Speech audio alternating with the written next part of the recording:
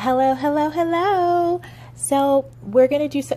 Thank you for joining us, and thank you for subscribing, especially to the new subscribers and new listeners and or watchers. Really appreciate it. So we're going to go into week 4 of Bachelor in Paradise and review. Now we're going to do a little differently this week in that I'm just going to group together the issues of the couples and like all of that, so it can be compiled in certain segments and try not to jump around as much. But I can't promise anything because if you've been listening to me for a while covering some of the other franchises, then you know that I do kind of get into other topics sometimes. But that's what makes it so much fun and so unique. So here we go. This week's theme, and there may be another one that comes in this, is relationship, because all of the relationships are shooketh through the people leaving, etc., etc. Hurricane LeoLocks is going through something and causes a lot of controversy, and that's kind of where we left off last week. There is going to be some sort of confrontation between him and basically everyone. All right, because he has a lot of pent-up frustration we're seeing. So let's get into Jordan and Jenna first. So there is this triangle between Jordan, Jenna, and Benoit, and basically Jordan doesn't know what to do. So, you know, Jenna is kind of like complicating things with other people. I remember even with, you know, Connor and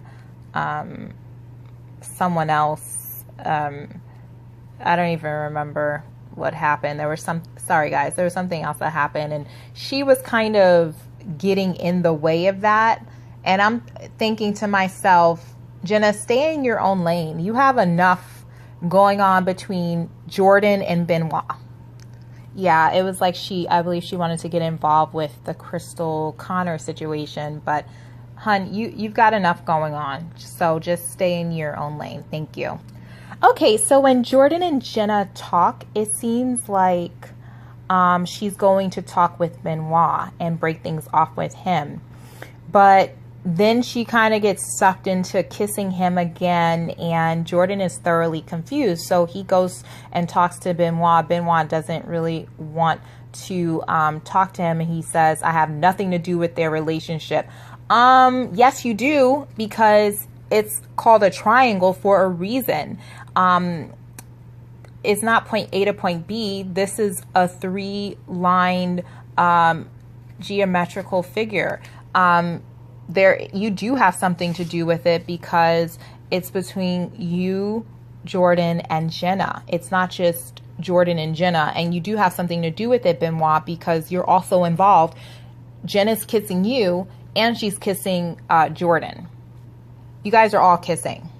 At one point, we see Benoit sulking on the beach while he's walking on the beach. And then she basically tells Benoit, like, hey, you know, I'm making this decision for you. I know I'm making this decision. I know what's best for you.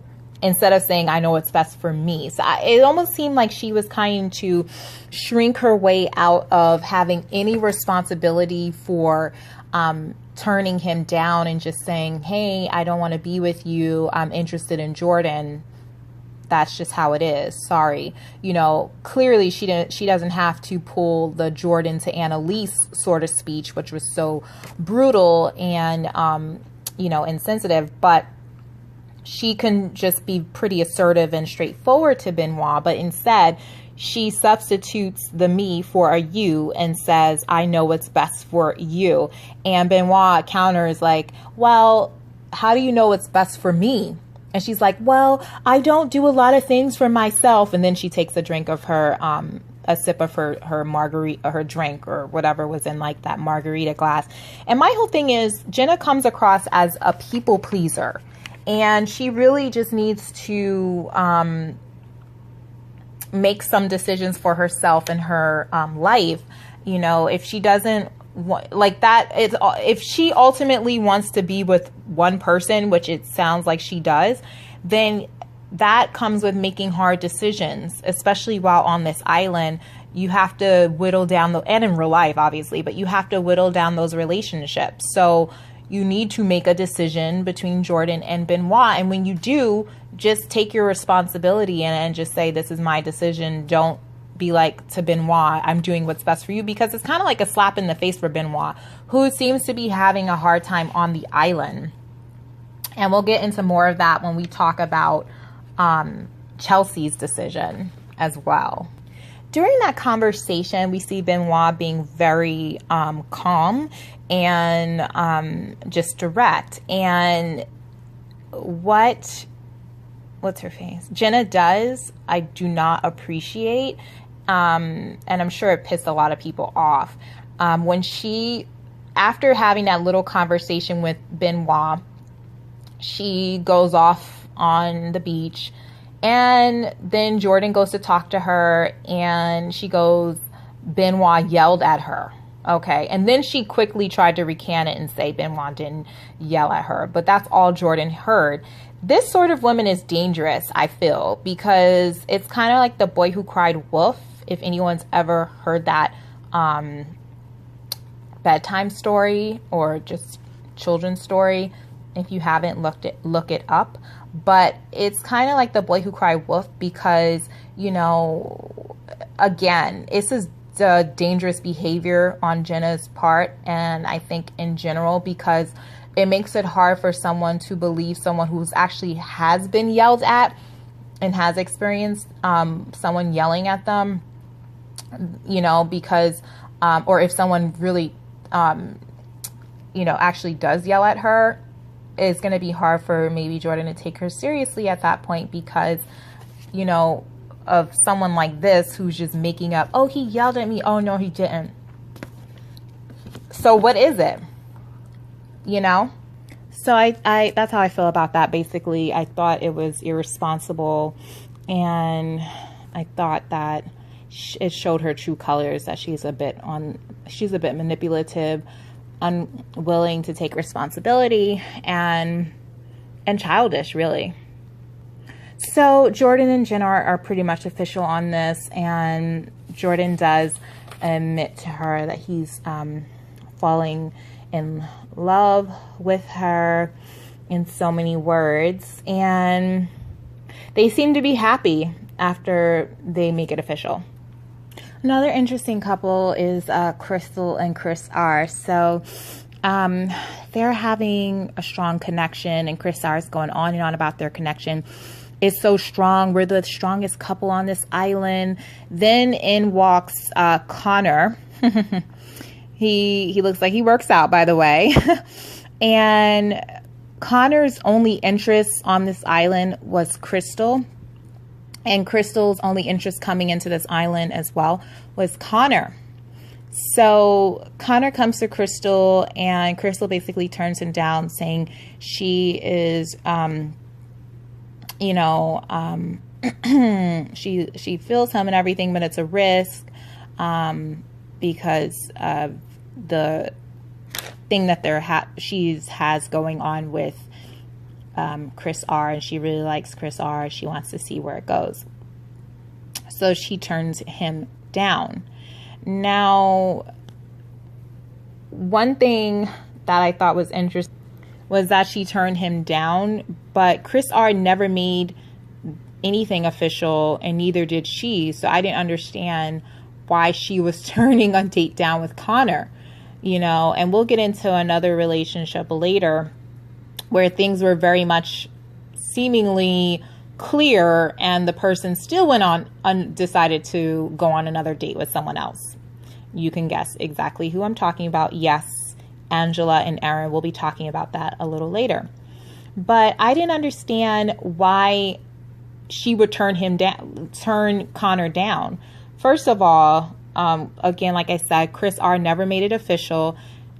And also think about how Chris R did her, and really Tia, you know, with the whole, oh, it's a triangle thing. And then Tia decided not to, or really Tia decided not to deal with him anymore. And he tried to turn around and say, yeah, well, I was pretty much done with you. And the whole him participating in that conversation about the entree, appetizer, carrot cake, and drinks. And to Chris R's defense, those were Jordan's words. That was Jordan Terry all the way through. However, it just didn't look good. So my whole thing is, Krystal, please accept the date with Connor. Why would you go all the way out there? This is the person you want. This is the man you wanted to meet. Now it's your opportunity to go on a date with him and you're not going to take it? Doesn't seem right. So anyway, Connor, you know, basically goes for it again, and he talks with Krystal, and she changes her mind, and I am glad she did. So she goes and speaks to Chris R and basically tells him that she smoothens the blow, even though she already made the decision. She goes to Chris R and she's just like, I want to see how you're feeling if I go on a date with him. But she already accepted the date, so I don't know what that was, but okay. And you know, again, I kind of feel like, hey, she needs to do what she needs to do, and Chris R is always blabbing his mouth and talking about everything and all this other stuff. And he talked a little too soon about Krystal and him being so strong. Maybe he could have confirmed that with her by taking her off the market on the island. So anyway, really quickly, wrapping this up, Krystal and Connor go on a date. It's like some sort of ritual thing. And they're kissing and everything. They are really, really, really, really hitting it off. I'm not going to go into, you know, who winds up with whom. They repeated it like 3 or 4 times. You think it would be drilled into my head. But there is a little bit of a triangle going on with Krystal, Connor, and Chris R.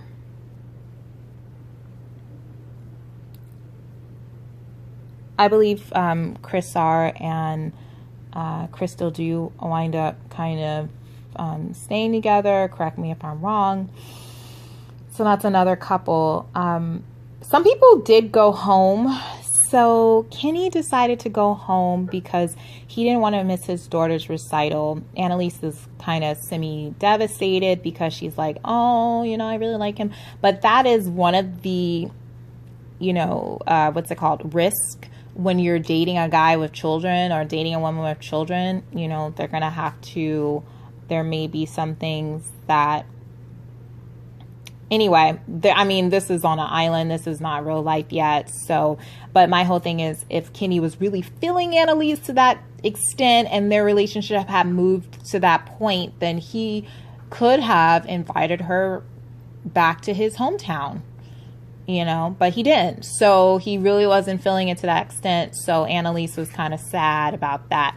Another person who left was Jubilee. And she left because she was into John, but then we see a recap. It wasn't they just did like a recap, and John and Jubilee are sitting on the beach, and John is saying he would like for them to just be friends. So then we move into Kamil. Kamil arrives on the island. Annalise is so excited because she would definitely like to go on a date with him and tells him so. He does speak with all the other women on the island, but then he comes back to Annalise, and they do go out on the date together. So again, he's known for his stupid 50-50, 60-40 comment. And he does say coming into this that he would not normally say that to anyone. And if you look at my other videos from Becca's season, I kind of go into that a little bit and talking about look at the first video, I kind of go into that talking about that. I think that was a bunch of like crap. Like I didn't know what he was talking about. I'm a firm believer in 100. You should be giving your all in a relationship. This 50-50 myth has gotten to be rampant in my generation. Is stupid, and I think that people are ridiculous for saying that, this 50-50 crap. And when he says 60-40, it sounded even more ridiculous, and at least he realizes it. But I think that if you're going to be in a relationship, and especially if you're in it for the long haul, you should really be 100. And I'm a strong proponent for a man wanting to provide and take care of the woman and or family that he has. Excuse me. And I think anything less is 50-50 and it's stupid, frankly. So there's my wow, really raw comments about that. Let me know what you think. If you disagree, comment. Why not? Moving on to Kevin. So Kevin and Astrid are, they're so close. He's saying he wishes that she went on like 4 dates before he arrived so that she knows that he's into him, and he's basically just sharing his heart with her. And he says that none of the guys really choose her because they know that he's there and there's like a big X on her, so no boundaries are being pushed. Instead of just listening to him and taking in him sharing his emotions, which a lot of times guys don't normally do, she reacts instead of responds, and she gets very emotional and walks away. She doesn't understand because all she hears is that he doesn't want to be with her, basically. But really what it is that he just wants a little bit of competition to feed his ego. That's what it is. And basically he feels like the relationship needs it. And he's just wanting to express his emotions. Really what this is it's when, girls or women they want men to listen to their problems and not offer advice or try to fix it. It's the same thing. It was her just needing to listen to him and not take it personally and react. She really just needed to listen and then respond and just hear his heart regarding the matter. He wasn't saying, I want to break up with you, I don't want us to be together. He was just expressing, I don't really even think it was his doubts. Maybe it was some of his doubts. But what she heard was, I don't want to be with you, which is what he was not saying. But she was kind of taking it that way. That's when clear communication comes in, and she can just repeat back to him what she thinks he's saying and offer him a chance to respond accordingly. No, hun, that's not exactly what I'm saying. Yeah, that's exactly what I'm saying. That way there's no miscommunication and no need for all the extra emotion. Not saying that emotion is wrong, but I'm just saying no need for that strong reaction with her thinking he's saying something negative about the situation when he's really not. Sometimes I feel like this is when guys shut down because they don't feel that they can tell a girl how they're feeling because without her reacting to it in such a strong way, so they don't want to share their heart.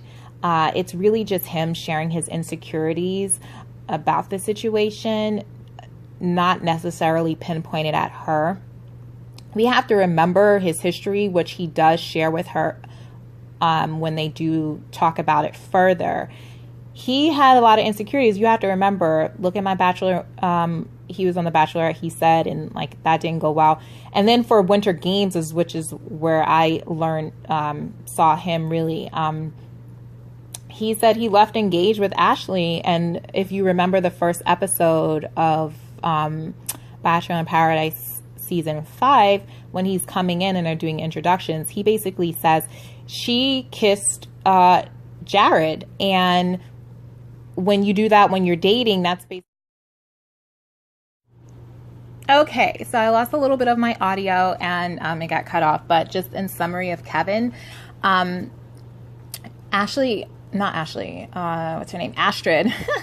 she needs to understand that Kevin has some insecurities that he was expressing because of his stint on Winter Games, how he ended up with Ashley. She wound up kissing Jared when they were together. He said dating, engagement and dating. Okay. But when they were together, and that was devastating for him. So again, now he's falling in love with her, and look, you know, he just wants to make sure it's real, because he did not have the opportunity for his relationship with Ashley I to be tested, and it got out into the public after Winter Games and it fell apart basically. So that's his heart. So moving on, still segueing from Kevin actually let it slip to Kendall that Leo had kissed Chelsea too. So Kendall had confronted Leo about it, who she was like, you know, hey, I thought that you would tell me that you were, you know, that you kissed Chelsea and that was sort of thing was going on. And he's like, well, I didn't think that I needed to say anything like that, because I thought you knew that since we were hanging out. And I'm thinking to myself, okay, whatever. So now Leo's like enraged. He's immature behaving. It's like Hurricane LeoLocks just behaving badly on the island. He is going around having a hissy fit, just going, you know, and saying, oh, who told Kendall, who told Kendall? Like, he's trying to intimidate everyone with his like boisterous talking and like, you know, I don't even know, just throwing around whatever and trying to intimidate people about that, throwing on his hair. I don't know. And so then, Kevin's like, oh, you know, he's going on a rampage. Kevin's talking to Colton. Oh, he's going on a rampage. What should I do? I didn't really even mean to do it on purpose. I was just looking out for her because I care about her. And he's like, Colton's like, well, maybe you should tell him, which obviously did not go well. But the guys hashed it out. And even after Kevin told him what he felt, it seemed like Leo was like, I don't believe it, because why would you go? And then Kevin's like, look, I did not go and do that to sabotage your relationship, dude. You're doing that for yourself. I don't know if he said that, but in so many words, it was like he was saying that. He was like, because I'm not interested in Kendall. I am here for Astrid. But Leo, of course, couldn't take that. But it seemed like everything was fine. You know, it's so funny how guys can like get upset. You know, guys fight differently than women, or so I thought. You know, guys can get upset and just hash it out and pound it out and be like, okay, all right, dude. Like Kevin was like, okay, dude, you good? And he was like, yeah. And then that was it. Or so we thought. But apparently Hurricane LeoLocks seems to, you know, I guess I would say that's where there's no differentiation, because when women usually generally fight, like sometimes there will be a woman who will continue to take that grudge and talk about it and talk about it and talk about it over and over and over again, even though she already finished talking with the person to whom it involves. And that's what Leo did. And so he's talking about it to someone else or behind his back, and he's still pissed. Then he starts, this is where things turn ugly. He starts berating Kendall, and really in a very manipulative fashion. And I really felt for Kendall, because when you care for someone, you do want to fix it sometimes, but sometimes you can't fix it. So they're talking about it, and then she's like, yeah, but blah, blah, blah, whatever. And Leo's like, yeah, you're fake, you're blah, blah, blah, you're acting, blah, blah, blah. And you're just like, really just not being very nice. And she is being so calm and so, this is like in true Kindle fashion, but even she couldn't fix it. If you go back to my video from Ari's season, you can see how she handled the situation with Krystal and her, and she was just like, I can tell you're hurting, like you're in pain. Like, she was very honest. She can really identify with and empathize with what the person's feelings, but you can't fix everyone, Kindle. Sometimes you just have to walk away. He was baiting you. He was doing all types of things. So anyway, fast forward to the rose ceremony. It doesn't stop there. So, but to backtrack, Joel was like, I'm sick of this. So he actually intervenes and he's like, hey, are you done? He takes Kindle away from the situation. It's like her knight in shining armor, knight in shining, and then she really sees that he is someone who is loyal, dedicated, at least that's what I see, and someone that she should really take seriously, not for some fleeting kisses in the sand on the beach. When you have something real and serious, someone who has those real qualities, not for the up and down roller coaster that's so exciting, but look at the substance. This guy is manipulating you. He is not offering you anything good except, the drama and all of that. Just, which it could go even worse if they were to get together. It would not look good. So anyway, now fast tracking to the rose ceremony to talk about this whole situation. Leo starts, I don't remember exactly what he said. I must have just tuned it out because it was very mean. He starts saying something about Kindle and everybody's like, gosh, why are you talking about a woman like that? And then he walks off and he's like, then he says, it's one last insult, go to grocery store, B word. And then everyone's like, oh, that's not good. So Leo's is certified villain status now. And Joe goes up to him. He kind of took the bait. He's like, say it to my face.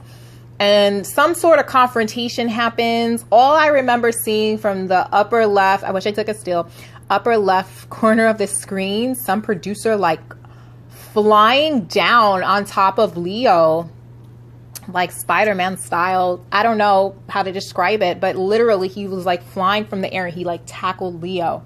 And then then we didn't see anything. And then it was like normal again at the rose ceremony, but we knew something had happened. Okay. But it was just interesting how how that ended. So Leo went out with a bang.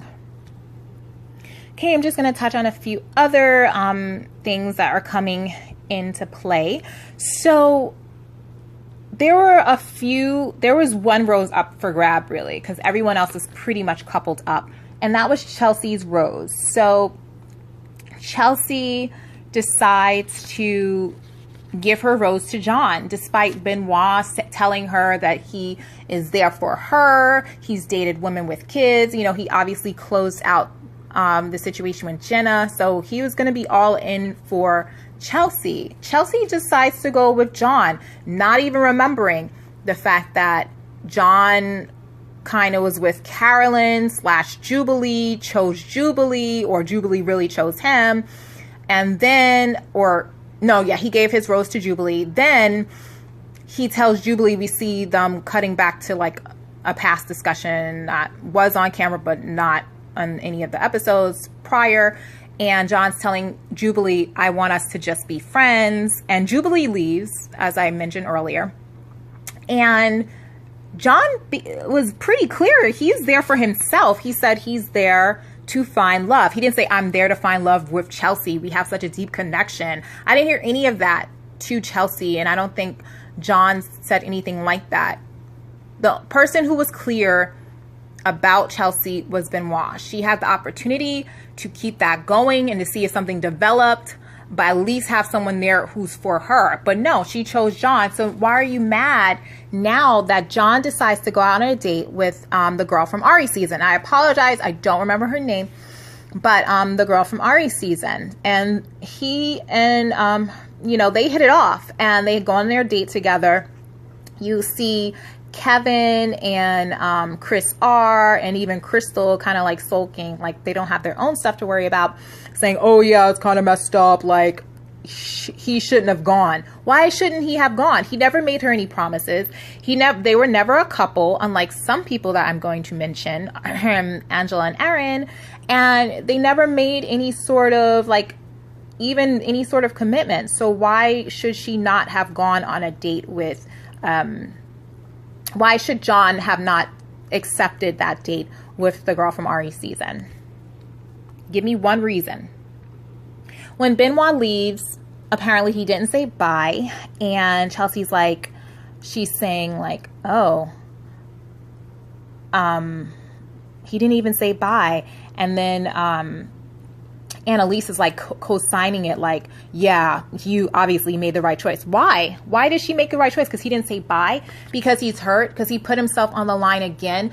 Remember, this Frenchman has taken it very seriously on the path to find love, and he's taken it hard because he put his heart on the line. You look back from Winter Games, you have to remember this man has been engaged. It didn't work out. Then he came on, he was really into Jenna. It didn't work out, and now he said, hey,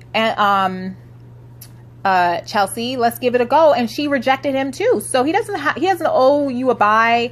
He doesn't owe you anything, because really, just like John doesn't really owe you anything either, because you guys weren't really, I mean, he could have said, oh, I'm going to go on a date. I don't know. Anyway, they didn't have anything. They never went out on a date.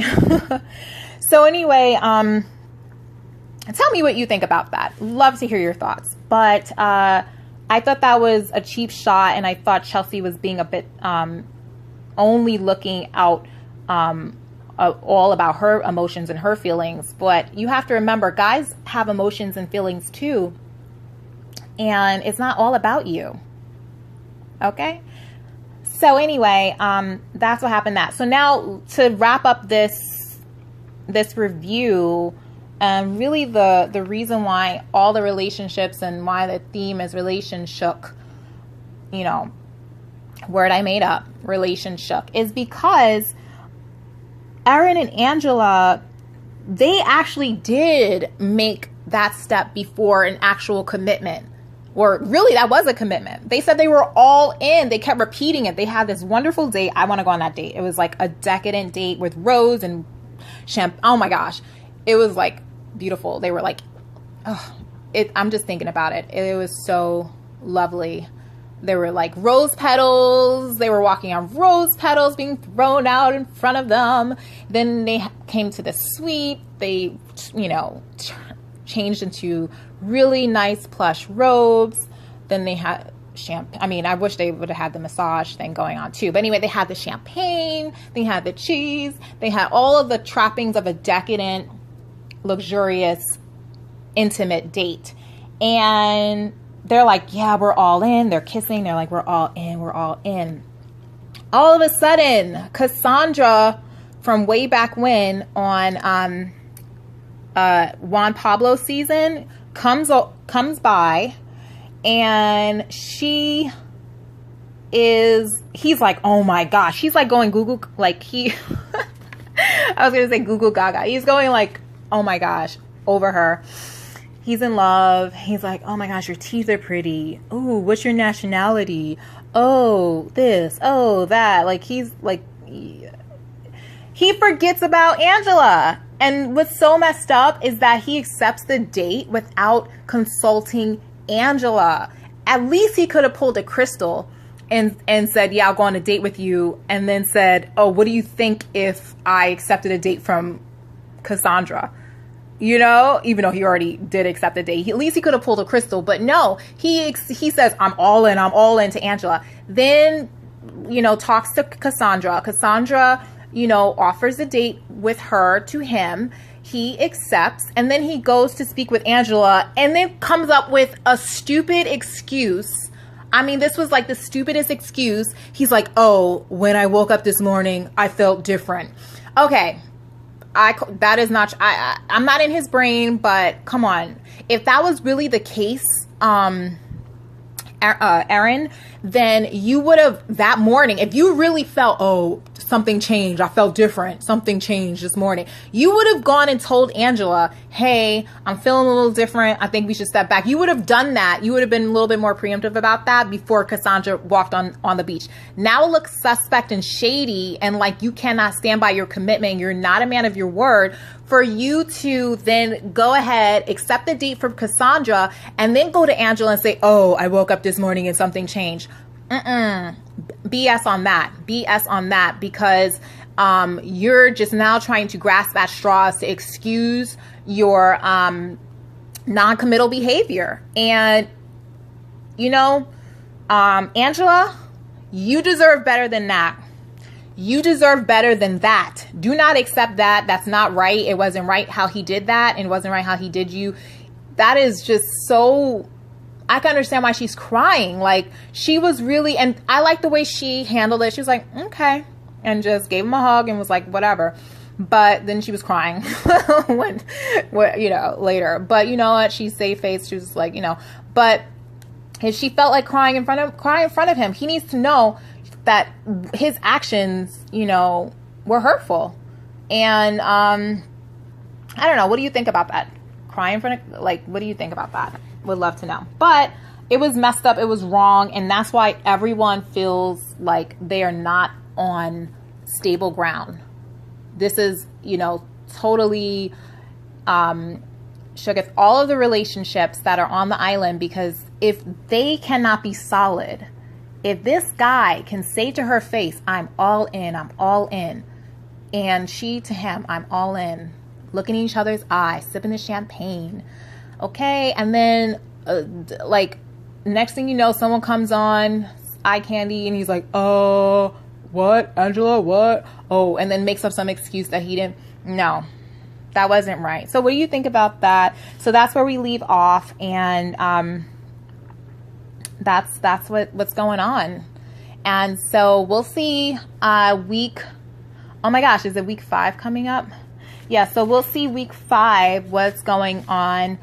But let's see. And then we see like other things happening with other relationships. I thought it was refreshing that we didn't see too much of T and Colton. We literally saw like them together once in one frame, and we saw Colton have a very brief interview twice. So it was not that much of them this episode, but I can guarantee that it's probably going to be something going on the next episode. And what I'm going to do, because these are getting longer and longer, that's why I try to keep everything so compact in sections. So next week I'm going to do 2 reviews, because apparently it's going to be 5 hours, and I think that's just like way too much. Excuse me. Excuse me. Way too much for me to put in one review. So stay tuned to 2, and please let me know what you think about this week's episode and analysis. And feel welcome to comment and like and subscribe. And I will see you then. Thanks so much for listening and or watching. Bye.